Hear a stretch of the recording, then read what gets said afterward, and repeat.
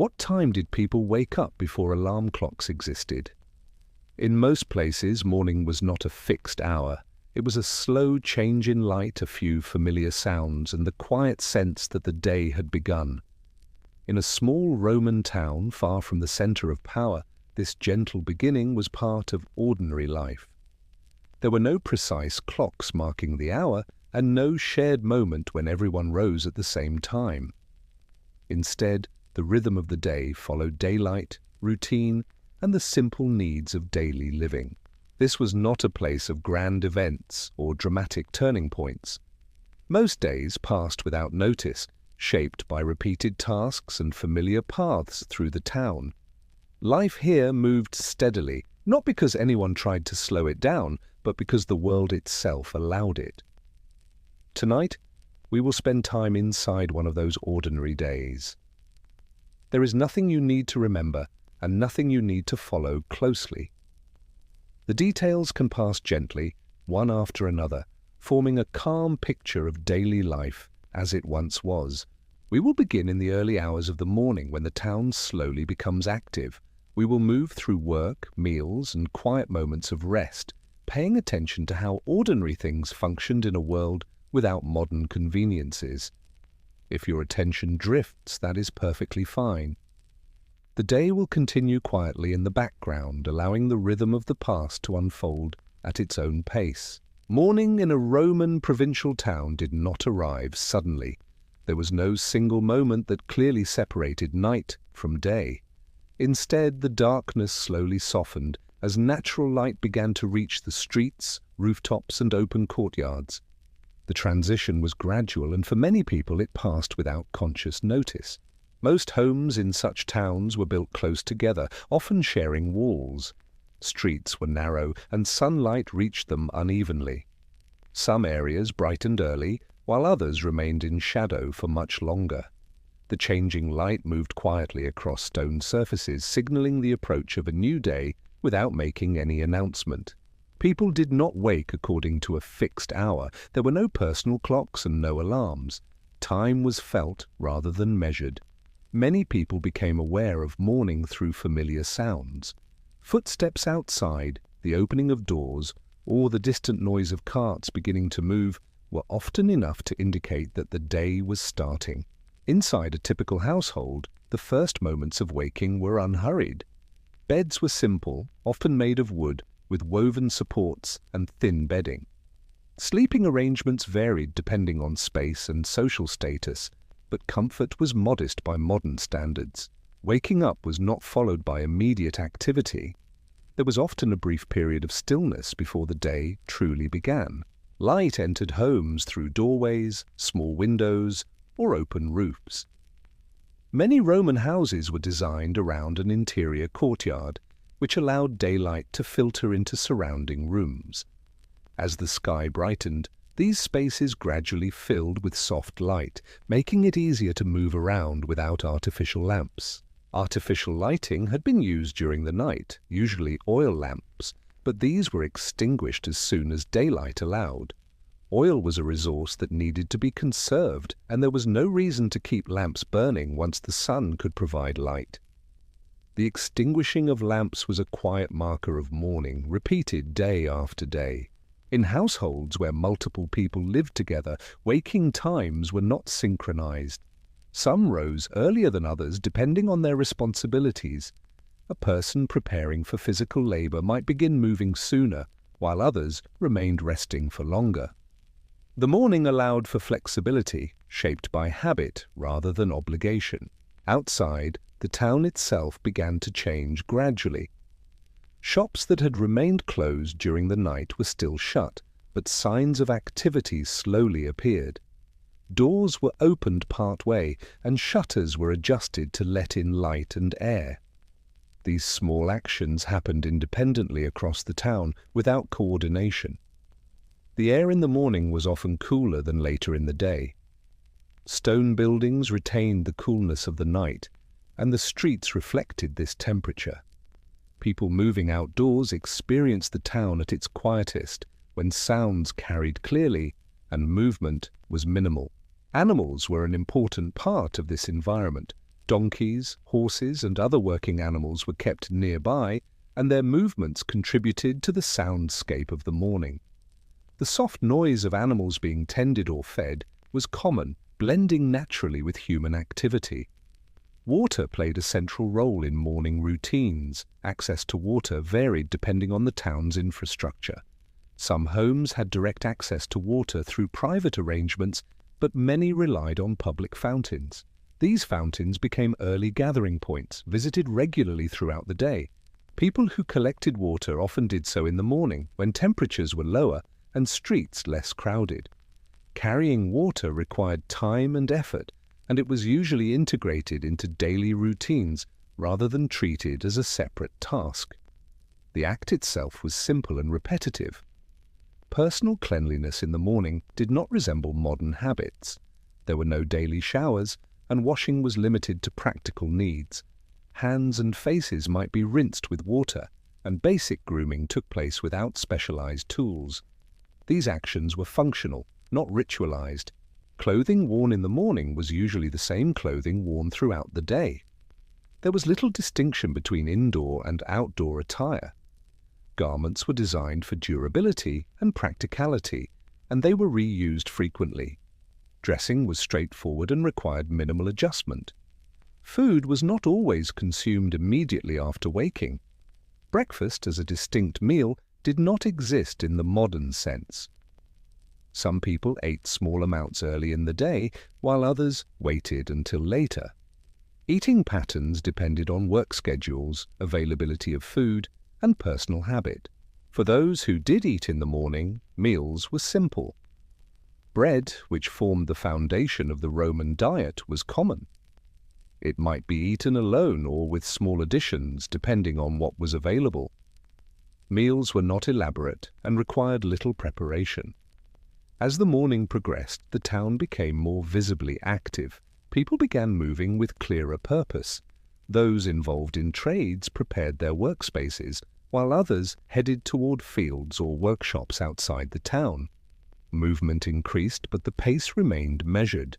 The absence of strict scheduling meant that activities overlapped naturally. There was no rush to begin at an exact time. Instead, work began when conditions felt right. This flexibility created a morning atmosphere that was steady rather than hurried. Sounds during this time were layered but not overwhelming. Voices were present, but conversations were brief and practical. Tools were handled carefully, and noise levels remained moderate. The town did not erupt into activity but eased into it. Children were present as well, moving alongside adults or remaining within the household. Formal education was limited, and children learned through observation and participation. Their mornings were shaped by the same rhythms as the rest of the household. As sunlight reached more areas of the town, shadows shifted and changed. This movement of light provided an informal sense of time passing.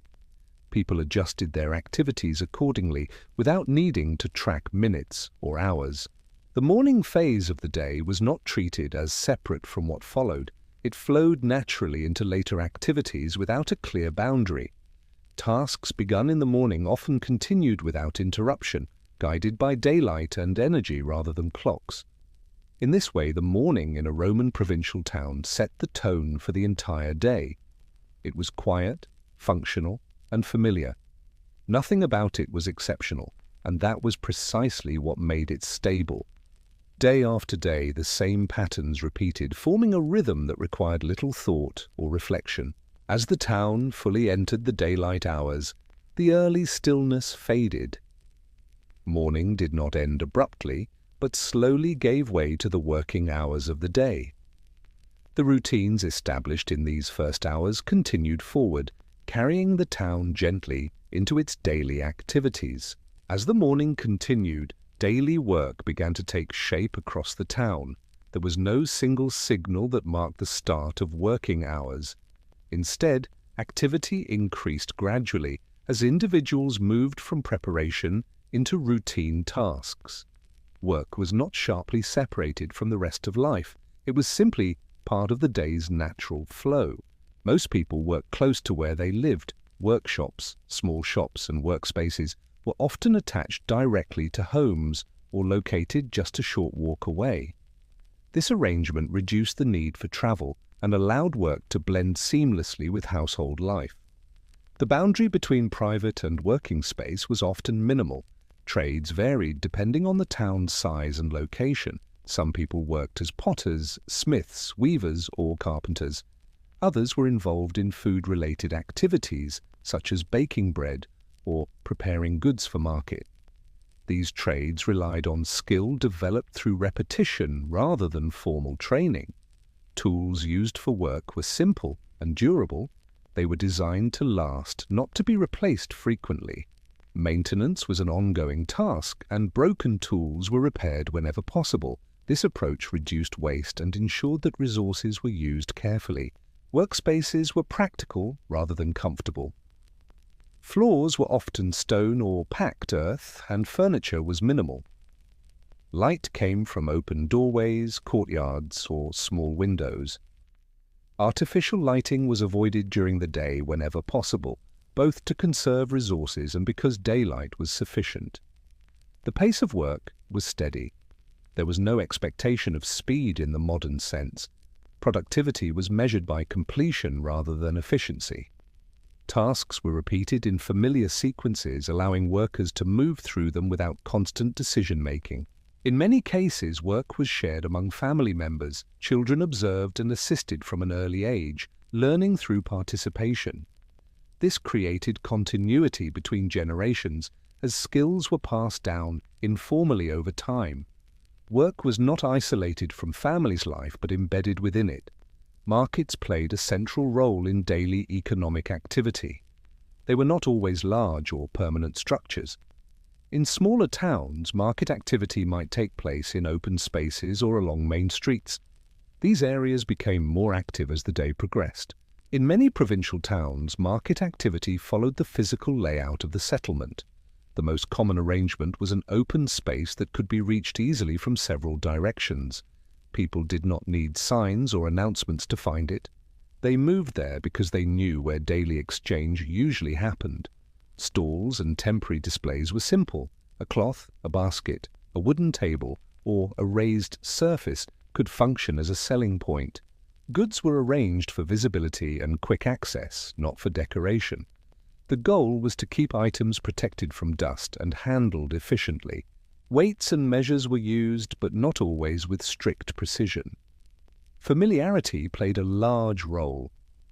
Many buyers could recognize what a fair portion looked like. This created a practical system where trust and expectation mattered as much as tools. Small repairs were part of the working day. Clothing tore, sandals wore out, containers cracked, and hinges loosened. Repair work was steady, quiet, and constant. It rarely created attention, yet it kept daily life running without disruption. Leather work was common. Sandals, straps, simple bags, and protective coverings were produced and maintained regularly. The work involved repeated motions and careful handling of materials. The results were practical objects that were used daily and replaced gradually. Textiles required time and consistency. Weaving was not a single action but a sequence of steps. Fibers had to be prepared, spun, and then woven with steady rhythm. The work was patient and repetitive, fitting naturally into a calm daily pace. Pottery production had similar qualities. Clay needed to be prepared, shaped, and dried before firing. These steps could not be rushed without risking failure. Even when work was continuous, the process forced an unhurried rhythm. Metalwork existed as well, though it depended on local resources. A smith's work produced distinct sounds, but these sounds were regular rather than sharp. Hammering followed patterns that were familiar to anyone living nearby. It became part of the town's background. Many daily tasks involved moving goods rather than producing them. Items were carried from storage to work areas, from workshops to market spaces, and from markets back into households. Carrying was slow and deliberate. Loads were managed carefully to prevent loss and strain. Animals supported this movement. Donkeys and small carts carried heavier items over short distances. The pace was moderate and predictable. These movements did not create urgency, but they shaped the town's daily flow. Water continued to influence work through the day. People needed it for drinking, cooking, cleaning, and certain crafts. A fountain was not just a place to collect water. It was also a reliable point of daily routine, visited repeatedly, with no need for planning. Public fountains and water points created small patterns of movement. People approached, filled containers, and left. The actions were simple and repeated. This repetition created a quiet stability in the town's public spaces. Sanitation was handled through routine rather than design. Waste had to be removed, containers needed to be cleaned, and surfaces had to be maintained. These tasks were not pleasant, but they were ordinary. They were performed with practical focus, not emotion. In some towns, public latrines existed as shared infrastructure. Their use was straightforward, and their presence reduced the need for individual arrangements. Where they did not exist, households relied on simpler solutions.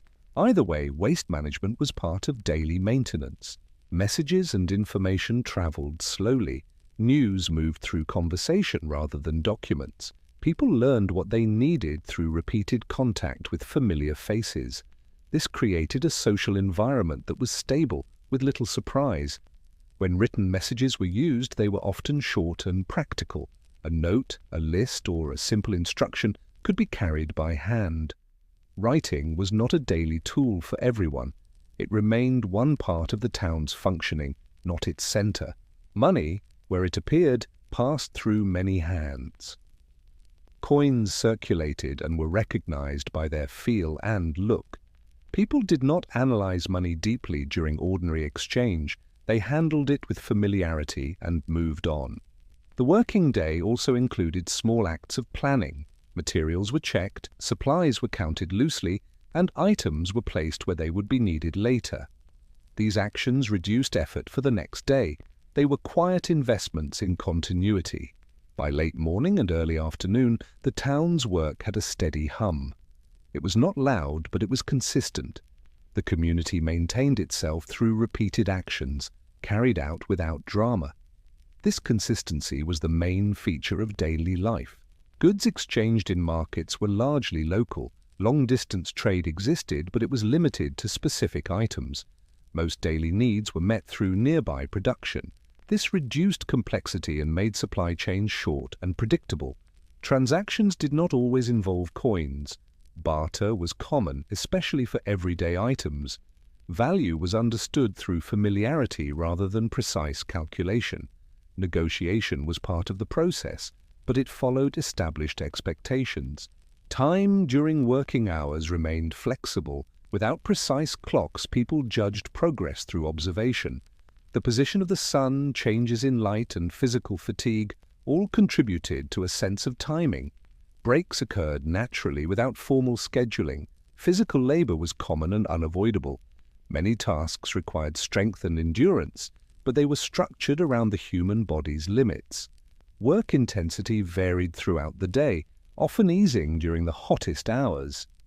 This adjustment was based on experience rather than written rules. Those who worked outdoors adapted constantly to their environment. Weather conditions influenced the pace and type of work performed.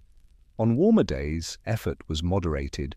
On cooler days, activity could continue for longer periods. Flexibility was essential. Craft-based work required patience. Creating goods by hand involved multiple steps, each dependent on the previous one. There was little room for rushing, as mistakes could waste time and materials. This encouraged careful, deliberate movement. Sound was a natural part of working life. Tools produced rhythmic noises, but these sounds were familiar and expected.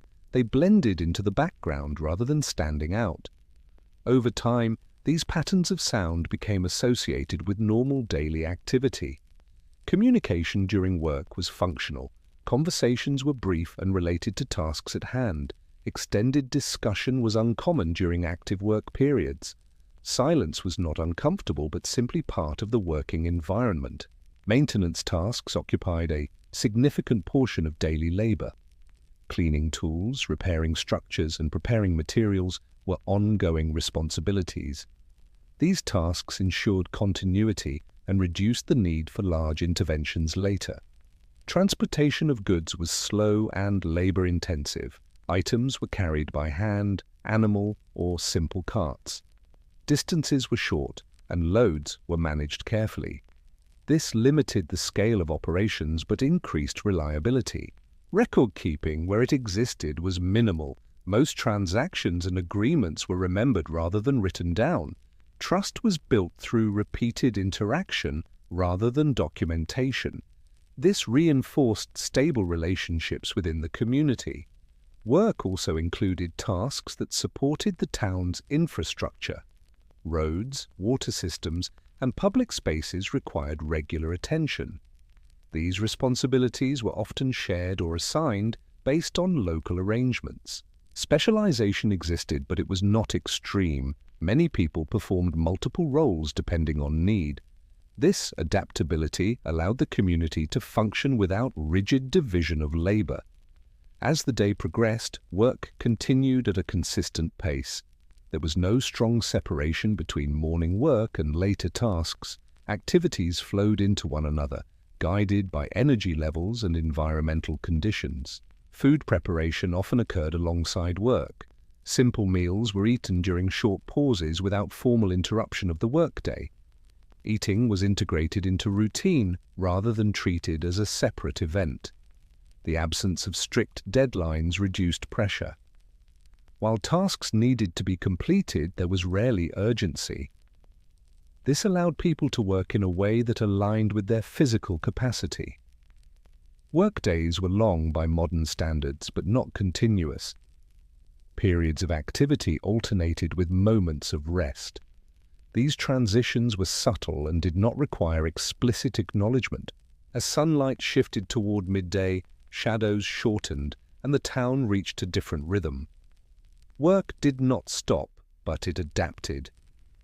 Some tasks paused temporarily, while others continued indoors or in shaded areas. This phase of the day represented the core of daily productivity. It was not marked by excitement or change, but by continuity. The same actions repeated across days, weeks, and years, forming the stable foundation of everyday life. Through these working hours, the town sustained itself. Goods were produced, services were exchanged, and maintenance was performed. Nothing about this process was dramatic, yet it was essential. The quiet consistency of daily work allowed the community to function without disruption. As the working hours extended toward the later part of the day, attention gradually shifted. Tasks began to wind down and focus moved toward meals and rest. The transition was gradual, just like the start of the day. Food was an essential part of daily life in a Roman provincial town, but it was not approached with urgency or variety in the modern sense. Meals were shaped by availability, habit, and routine rather than preference or choice. What people ate was closely connected to what could be produced locally and stored reliably. There was no strict structure of 3 meals a day. Eating times were flexible and often depended on work patterns. Some people ate early, others later, and many consumed small amounts throughout the day rather than sitting down for defined meals. Food was integrated into daily activity rather than separated from it. The foundation of the Roman diet was grain, especially wheat. Grain was processed into flour and then baked into bread, which formed the basis of most meals. Bread was filling, durable, and relatively easy to store, making it a dependable source of energy. Different qualities of bread existed depending on grain type and preparation, but simplicity was common. Baking bread was a routine task that followed familiar steps. Dough was prepared in advance, often using natural fermentation rather than added yeast. The process required time but little variation. Once learned, it could be repeated consistently, day after day, without much thought. In many towns, bread was baked communally rather than individually. Public ovens were used by multiple households, reducing the need for private equipment. This arrangement also created small moments of social interaction, though these were practical rather than leisurely. In addition to bread, people consumed vegetables that could be grown nearby. These included legumes, leafy greens, onions, and other hardy plants. Such foods were seasonal, and diets shifted gradually throughout the year as availability changed. Variety existed, but it followed natural cycles. Fruits were eaten when in season and preserved when possible. Drying was a common method of preservation, allowing fruit to be consumed later in the year. Preservation was necessary because fresh produce could not be stored for long periods without spoiling. Protein sources were more limited for most people. Meat was not consumed daily by the majority of the population. When it was eaten, it often came from animals raised locally or from preserved sources. Meat consumption was occasional rather than routine. Fish played an important role in some regions, especially near rivers or the coast. Fish could be eaten fresh or preserved through salting. Fish sauces made from fermented fish were widely used to add flavor to otherwise simple dishes. These sauces were strong in taste but used sparingly. Dairy products existed but were not widespread in the same way as bread. Cheese was more common than fresh milk, as it could be preserved and transported more easily. Cheese production followed established methods that required little variation. Meals were prepared with minimal equipment. Cooking took place over open fires or simple hearths. Pots and pans were sturdy and reused for many years. Recipes were not written down for everyday cooking, but passed through observation and habit. Spices were available, but they were not used in abundance by most people. Flavor came primarily from preparation methods and basic ingredients rather than complex seasoning. This resulted in meals that were consistent and predictable. Food preparation often occurred alongside other tasks. There was no separate time dedicated solely to cooking. Ingredients were prepared gradually, and cooking was woven into the rhythm of the day. This reduced the sense of interruption. Eating itself was a quiet activity. Meals were not rushed, but they were also not elaborate social events for most people. Food served its purpose without drawing attention to itself. Eating was functional, not ceremonial. People ate where they could, often standing or sitting briefly. Furniture designed specifically for dining was uncommon in modest households. Meals adapted to available space rather than shaping it. Water was the primary drink. Wine was consumed as well, but it was often diluted with water and not consumed constantly throughout the day. Drinking followed habit rather than indulgence. The act of eating did not mark a strong pause in the day. Work resumed naturally afterward without a clear transition. This continuity maintained the steady pace of daily life.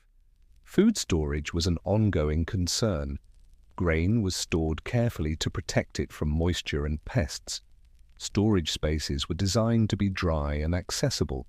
Proper storage ensured stability through seasons of scarcity.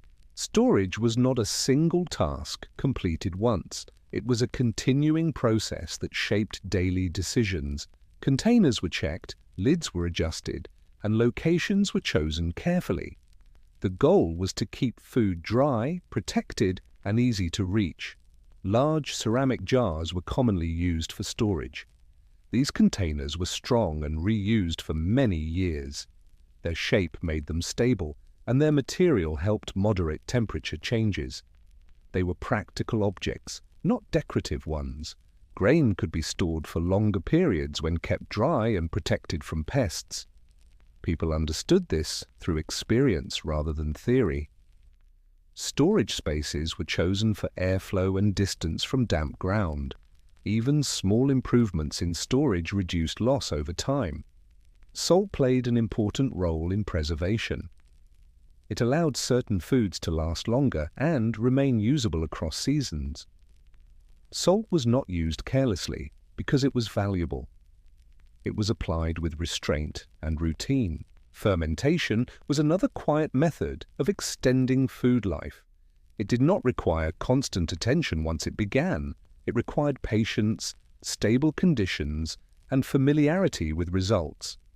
Many preserved foods were created not through active work, but through waiting. Cooking methods were simple and consistent. A pot could be used for many different dishes, and the same heat source served multiple purposes. People did not separate cooking into many specialized steps. They repeated a small set of reliable methods. The hearth was a practical space. It provided heat, supported cooking, and created a central point in the household. It did not need to look clean or organized. It needed to work day after day in the same way. Fuel sources varied by region, but the principle was the same. Fuel had to be gathered, stored, and used carefully. Burning too much too quickly created waste. Evening cooking was often simple, partly because fuel needed to last. Food preparation was often done in small intervals. Vegetables could be cleaned while another task was paused. Dough could be mixed and left while other work continued.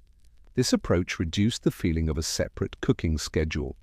Meals were shaped by what could be prepared without complex tools. Cutting, boiling, and baking were more common than delicate methods. The results were steady and predictable. Predictable food supported a predictable day. Serving food did not require ceremony. Dishes were placed where they could be reached, and people ate with minimal equipment. Cleanup was simple but necessary. Containers were rinsed, surfaces were wiped, and leftovers were stored. Water use during cooking was practical and measured. Carrying water was effort, so water was not wasted. This influenced how much cleaning occurred and how it was done. Efficiency emerged naturally from daily constraints. Food also carried quiet social meaning, but not through display. Sharing food signaled cooperation and stability. Offering a portion to someone nearby was a normal gesture. It reinforced familiarity without needing words. In markets, prepared foods could appear as well. Simple baked goods or preserved items could be bought rather than made. This did not replace home preparation, but it supported it. The boundary between household and market remained flexible. Seasonal change influenced cooking without disrupting the overall pattern. Methods stayed the same, ingredients shifted. The day remained steady even as the details changed slightly. This was one of the ways stability was maintained. In the evening, food choices became even more conservative. People did not want to stimulate themselves late. They wanted warmth, familiarity, and a smooth transition toward rest. The meal served the day's closing, not its continuation. Preservation methods were essential. Drying, salting, and fermenting allowed food to last longer and reduced waste. These methods required time and patience, but little active effort once established. Hunger was managed through routine rather than abundance. People learned to regulate intake based on availability. This created eating habits that were predictable and restrained. Children ate the same food as adults, adapted only in quantity. There were no separate meals designed specifically for them. Eating habits were learned early and reinforced through repetition. As the day progressed, food continued to appear in small amounts. A piece of bread, a handful of fruit, or a simple dish might be consumed during brief pauses. These moments were quiet and unremarkable. Food connected people to the land around them. What was eaten reflected what could be grown, raised, or gathered nearby. This connection was direct and constant, shaping daily life without requiring conscious reflection. In this way, food supported the rhythm of the day without disrupting it. Meals did not demand attention, they fit naturally into the flow of work and rest, providing energy without altering pace. Eating in a Roman provincial town was not organized around fixed hours or formal gatherings. Meals emerged naturally from the flow of the day, shaped by work, light, and physical need. The absence of strict schedules meant that food appeared when it was practical, not when a specific time arrived. For many people, the most substantial meal of the day took place later rather than earlier. Morning eating, if it happened, was light and simple. As the day progressed and work advanced, opportunities to eat became more noticeable. These moments were brief and adapted to the surrounding activity. Meals did not interrupt work entirely. Instead, they created short pauses that allowed the body to rest before continuing. Sitting down to eat was not always necessary. Food could be consumed while standing or resting nearby, depending on circumstances. Social distinctions influenced how meals were experienced, but not always in visible ways. Wealthier households had greater access to variety and quantity, but even there, daily eating remained relatively restrained. Excess was not a constant feature of everyday life. In modest households, meals were shared quietly. Conversation was limited and practical. Eating together reinforced routine rather than celebration. The act of sharing food was familiar and predictable without ceremony. Utensils were simple and few. Hands were often used directly, especially for bread and solid foods. Bowls and simple implements were reused daily, showing signs of long-term use. This simplicity reduced the sense of separation between preparation and consumption. The physical environment influenced eating habits. In warmer periods, people sought shade or cooler spaces to eat. Courtyards, doorways, and shaded streets provided relief from heat. These locations were chosen out of practicality rather than preference. Eating indoors or outdoors depended on conditions rather than custom. The boundary between inside and outside was flexible. Meals adapted to available space and comfort, maintaining continuity with the rest of the day. Food was rarely wasted. Portions were modest and leftovers were incorporated into later meals whenever possible. This careful use of resources supported stability and reduced uncertainty. Children participated fully in meals. There was no separation between adult and child eating practices. Through observation and repetition, children learned what to eat, when to eat, and how much was appropriate. The experience of hunger was familiar but managed. People adjusted their intake according to expected availability. This awareness influenced how meals were structured and spaced throughout the day. Food also served as a marker of progress within the day. Eating signaled a shift in energy rather than a change in phase. After a meal, activity resumed naturally, guided by physical readiness rather than social expectation. In communal settings, meals created subtle moments of connection. These interactions were brief and unremarkable. They reinforced familiarity rather than introducing novelty. Over time, these repeated encounters formed a stable social fabric. Seasonal variation influenced eating patterns without disrupting routine. As ingredients changed, meals adjusted gradually. There was no sudden transformation, only a slow shift in what appeared on the table. The preparation of food earlier in the day shaped later meals. Planning occurred implicitly through habit. People knew what would be available and adjusted their expectations accordingly. Evening meals tended to be quieter. As work wound down, eating became slower and less frequent. Portions remained modest, supporting rest rather than stimulation. Lighting conditions influenced how meals were experienced. As daylight faded, eating became simpler. Complex preparation was avoided, and reliance on stored or prepared food increased. The final eating moments of the day did not carry significance beyond practicality. They supported the transition toward rest rather than marking a social event. Eating blended into the evening without demanding attention. Drinks consumed later in the day were limited. Water remained primary, and any additional beverages were used sparingly. Hydration followed need rather than routine. The absence of modern distractions allowed meals to remain grounded. There were no external stimuli competing for attention. Eating was present but unobtrusive, fitting quietly into daily life. Food also reflected stability. Knowing what would be eaten provided a sense of continuity. This predictability reduced decision-making and supported a calm rhythm. Over time, these patterns became deeply ingrained. Eating habits required little thought. They followed familiar paths, shaped by environment and tradition rather than choice. In this way, meals supported the structure of the day without defining it. They provided energy, comfort, and continuity, allowing life to proceed at a steady pace. As the afternoon approached, eating became less frequent. Attention shifted gradually toward rest and lighter activity. The role of food diminished as the day moved forward.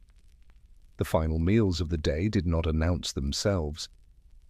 They occurred quietly, blending into the broader rhythm of evening. Eating did not stand apart from life. It simply accompanied it. As the day moved past its most active hours, the rhythm of the town began to change again. The intensity of work softened, not through a clear signal, but through gradual adjustment. Energy levels shifted, and tasks were reorganized rather than abandoned.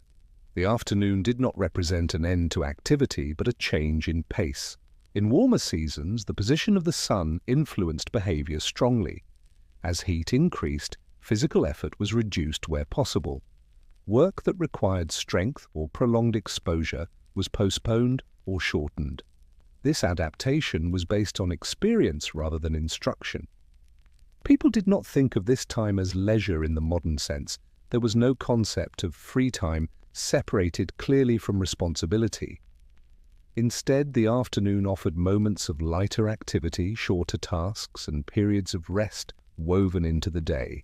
Some individuals returned briefly to their homes. Others remained near their workspaces but reduced their pace. Sitting, standing, or walking slowly replaced continuous labor. These transitions occurred naturally, guided by comfort rather than obligation. Public spaces became more noticeable during this time. Streets, courtyards, and shaded areas hosted quiet movement. People crossed paths without urgency, exchanging brief words or gestures. These interactions reinforced familiarity rather than creating new connections. Bathing played an important role for many during the later part of the day. Public baths, where available, were visited regularly, not as luxury, but as routine. Bathing served practical purposes related to cleanliness and relaxation. The experience of bathing was structured but calm. It followed a familiar sequence, repeated day after day. Movement through the space was unhurried, and conversation remained subdued. The baths offered a shift in environment without introducing stimulation. Not everyone visited public baths daily. Access depended on location, resources, and personal habit. Those who did not bathe there found other ways to rest, such as sitting in shaded areas or returning home. For many, the afternoon allowed for simple social presence without demand. Being near others did not require active engagement. Shared space was enough to maintain connection. Silence was accepted and common. Children often became more visible during this time. As the intensity of adult work decreased, children moved more freely. Their activities remained close to home or familiar spaces. Play was simple and unsupervised, integrated into the environment. Older members of the community often rested during the afternoon. Physical strain accumulated over the day, and rest was necessary. This rest was not framed as inactivity, but as a natural response to effort. The absence of structured entertainment shaped how time was experienced. There were no performances or scheduled diversions during ordinary days. Interest came from observation, conversation, and movement through familiar surroundings. Walking served both practical and restorative purposes. Short walks allowed people to check on others, observe conditions, or simply change position. These movements were slow and purposeful, without destination pressure. Shadows lengthened as the afternoon progressed. This visual change provided a subtle indication of time passing. People adjusted behavior accordingly without conscious planning. Light influenced mood and activity. As brightness softened, the town's atmosphere became quieter. Sounds carried differently and movement decreased. This gradual change prepared the body and mind for evening. Some tasks continued quietly during this time. Light maintenance, sorting materials, or organizing spaces required little energy. These activities supported the next day without drawing attention to themselves. Food consumption during the afternoon was minimal. If eating occurred, it involved small portions. The goal was sustenance, not fullness. These moments blended into rest rather than interrupting it. Social hierarchy became less visible during this phase. Shared conditions, such as heat and fatigue, reduced distinctions. People experienced the afternoon similarly, regardless of status. The pace of conversation slowed. Words were chosen carefully and exchanges were brief. Silence became more common and more comfortable. Time perception during the afternoon was fluid. Without pressing tasks, minutes and hours were not measured. Experience was guided by sensation rather than structure. This period allowed for reflection without intention. Thoughts drifted naturally without focus. The absence of stimulation supported mental rest alongside physical rest. As activity declined, the town appeared more settled. Doors remained open, but movement slowed. Familiar sounds replaced earlier noise. The environment signaled transition without instruction. The afternoon did not demand attention. It allowed people to exist within the day without pushing forward. This quality made it an essential bridge between work and rest. Gradually, preparation for evening began, not through planning, but through habit. Objects were gathered, spaces were adjusted, and movement became more directed toward home. This transition was smooth and unremarkable. It did not mark a conclusion, only a shift. The day continued, now oriented toward quiet. In this way, the afternoon shaped the tone of what followed. It eased the town away from effort and toward stillness. Without this gradual change, evening would arrive too abruptly. The steady, predictable nature of the afternoon reinforced stability. Nothing new was introduced. Familiarity remained the dominant feature. As daylight continued to soften, the town moved gently toward its final phase. The energy of the day had been spent carefully, leaving room for rest. As afternoon eased forward, households began making small adjustments that prepared the evening without announcing it. These adjustments were ordinary, repeated, and quiet. They did not feel like a special routine. They felt like the natural continuation of the day's rhythm. One of the most common evening preparations involved checking what would be needed indoors. Water containers might be refilled so fewer trips were required after dark. Small items were moved closer to where they were used. These actions reduced later effort without creating urgency. Doors and shutters were adjusted gradually. Not all homes had complex barriers, but most had ways to control airflow and light. As the temperature changed, openings were modified. This helped manage comfort through the night. The streets outside also changed shape in a subtle way. Open doors that had allowed easy movement during the day began to close, not all at once, and not in a coordinated manner. The town simply became less open as evening approached. Some households took time for quiet cleaning. This was not a deep cleaning, but a light maintenance that kept living spaces usable. Dust and debris were normal, and cleanliness was practical. The goal was order, not perfection.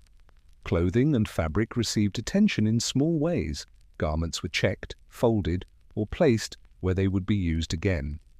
Repairs could be started and then paused. Textile work suited this time of day because it required steady hands, not heavy effort. Footwear was handled similarly. Sandals were placed aside, straps were inspected, and worn parts were noticed. If repair was needed, it might be delayed. Recognizing the need was often the first step. In some homes, small fires were prepared for warmth or cooking. This was done carefully because fuel was valuable. Fire was used to support the household, not to fill space with activity. Its role in the evening was controlled and limited. As the sun lowered further, the town's acoustic character softened. Fewer tools were used and fewer objects were moved. Voices carried through streets for a moment, then faded. The town became quieter without anyone deciding it should. Within shared spaces, people often remained near one another without speaking much. Presence was enough. This kind of quiet company was common and stable. It did not demand energy and did not create stimulation. If someone needed to walk through the town at this time, they did so slowly. There was no reason to hurry. Travel after dark was avoided when possible, simply because it was less convenient. The evening encouraged staying close to home. As daylight thinned, oil lamps became more important. Lighting was planned indirectly through habit. Lamps were placed where people needed to see and nowhere else. The result was a gentle, uneven light that encouraged slower movement. Lamp care was simple but necessary. Wicks were trimmed, oil levels were checked, and flame size was controlled. A bright flame used more oil. A small flame was often enough. Light was present, but restrained. This kind of lighting changed how people used time. Reading or detailed work became less common. Conversation softened. Quiet tasks became more attractive because they matched the environment. The day naturally turned inward. Evening also brought small moments of counting and checking, not formal accounting, but the practical awareness of supplies. How much water remained, how much fuel was left, what food was available. These observations were calm, not anxious. In many households, the evening meal functioned partly as a signal that the day's main activity was over. It was not a celebration, it was a closing gesture. Eating in softer light, at slower pace, supported the body's transition toward rest. After this, the town continued to settle. People moved less, and the number of active spaces shrank. The places still awake were smaller, quieter, and more contained. The wider town began to disappear into darkness. This created a gentle psychological effect. With fewer visible spaces and fewer sounds, attention had less to hold on to. The mind could drift more easily. The environment helped without trying to. By the time full night arrived, the town had already adjusted. The night did not force change. The evening had already made the transition. And so the final phase of the day could feel natural, steady, and unremarkable. As daylight continued to fade, the town entered its quietest phase. Evening did not arrive suddenly. There was no clear boundary marking the end of the day. Instead, activity gradually narrowed, focusing inward and slowing naturally. The lowering of the sun changed how spaces were used. Streets that had been active earlier became calmer. Movement decreased, and those still outside walked with less purpose. Most people had already begun returning toward their homes. Light played a central role in shaping the evening. Without artificial illumination beyond oil lamps, the fading daylight determined what could still be done comfortably. Tasks requiring precision were avoided, and attention shifted toward simple, familiar actions. Inside homes, lamps were lit selectively. Oil was valuable and used carefully. Lamps were placed where they were most needed, often in shared spaces. The soft glow they produced did not brighten entire rooms, but created small islands of light. Evening activities were limited in scope. There was no expectation of productivity. Instead, people focused on closing the day. Objects were put away, tools were stored, and spaces were arranged for rest rather than work. Conversations in the evening were quieter and less frequent. Voices softened, and exchanges were brief. Many households spent this time together without speaking much, sharing presence rather than interaction. Food consumption during the evening was modest. If a final meal occurred, it was simple and familiar. Heavy eating was avoided as it interfered with rest. The purpose of evening food was comfort rather than nourishment. The absence of external stimulation shaped the evening experience. There were no bright lights, no continuous noise, and no scheduled entertainment. This allowed the body to respond naturally to the changing environment. Children prepared for sleep alongside adults. There was no separate routine designed specifically for them. Bedtimes were not fixed, but aligned with the household's rhythm and the fading light. Sleeping spaces were prepared gradually. Bedding was adjusted, and sleeping arrangements were set without ceremony. Comfort was relative and familiar, shaped by long-term use rather than immediate preference. The concept of privacy differed from modern expectations. Many people shared sleeping spaces. This was normal and did not disrupt rest. Familiar presence provided reassurance rather than disturbance. As evening deepened, movement within the home decreased. People settled into positions of rest, sitting or lying down. Activities requiring effort were avoided. The focus shifted towards stillness. The sounds of the town reflected this change. Distant footsteps became rare. Animal noises softened. The environment itself seemed to slow, reinforcing the transition toward night. Time perception during the evening was vague. Without clocks or schedules, the passing of time was felt rather than tracked. Fatigue served as the primary indicator that rest was approaching. Mental activity slowed alongside physical movement. Thoughts became less structured.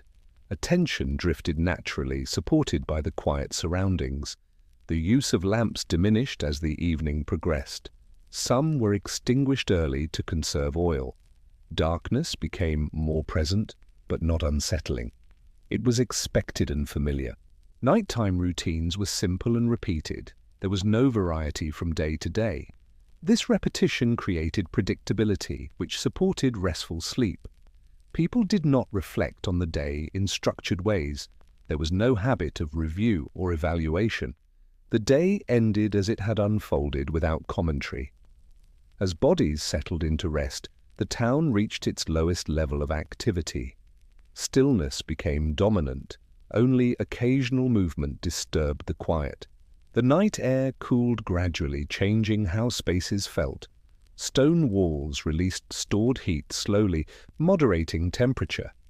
This shift contributed to physical comfort. Sleep did not begin at a precise moment. It arrived gradually as wakefulness faded. The boundary between being awake and asleep was soft and unmarked. In this environment, rest was not forced. It emerged naturally from the conditions of the day. Darkness, quiet, and physical fatigue worked together without instruction. The town, now largely inactive, existed in a state of pause. Nothing advanced, and nothing demanded attention. This pause allowed the cycle to complete. As the night continued, the patterns established earlier held steady. Sleep took over gently, carrying individuals into rest without interruption. The evening fulfilled its role not by offering stimulation, but by removing it. Through absence rather than action, it prepared the body and mind for sleep. Night settled over the town without ceremony. Darkness did not arrive as an event, but as a condition that gradually became complete. Once lamps were extinguished and movement ceased, the environment returned to a state that required no attention. The town at night was not empty, but inactive. Buildings stood unchanged, streets remained in place, and familiar structures held their form. What changed was the absence of motion and sound. Without activity, the town existed quietly, maintaining its shape without effort. Sleep spread unevenly. Some people fell asleep quickly, while others remained awake longer, resting without sleep. There was no concern about timing. Wakefulness and rest coexisted naturally, without pressure to transition. The lack of artificial light allowed darkness to remain consistent. Shadows did not shift, and visual distractions disappeared. This stability supported rest by removing variation. Nothing competed for attention. Sounds at night were minimal and predictable. Occasional animal movement, distant footsteps, or the settling of materials were not unexpected. These sounds did not interrupt rest. They confirmed continuity rather than disruption. Sleeping arrangements were simple and familiar. Beds and resting surfaces reflected long-term use. Comfort was not adjusted nightly, but accepted as it was. This familiarity reduced physical awareness and supported deeper rest. The body responded to the environment without instruction. Fatigue accumulated throughout the day guided the transition into sleep. There was no effort to control this process. It unfolded naturally. Breathing slowed as the night progressed. Movement became minimal. The body entered a state of stillness that did not require intention. This stillness was not absolute, but sufficient. Thoughts, if present, moved slowly. Without stimulation, the mind did not generate urgency. Reflection occurred briefly, then faded. Attention drifted without direction. Time during the night was not measured. There was no reference point for hours passing. Experience existed without markers, allowing rest to deepen uninterrupted. The town's infrastructure supported this pause. Thick walls, narrow streets, and enclosed spaces reduced external influence. The environment itself contributed to quiet. Outside, the landscape remained unchanged. Fields, paths, and surrounding terrain were invisible in darkness. Their presence was known but not experienced. This absence reduced cognitive load. Weather conditions influenced comfort, but not routine. Cool air, warmth retained by stone, or gentle breezes were accommodated without intervention.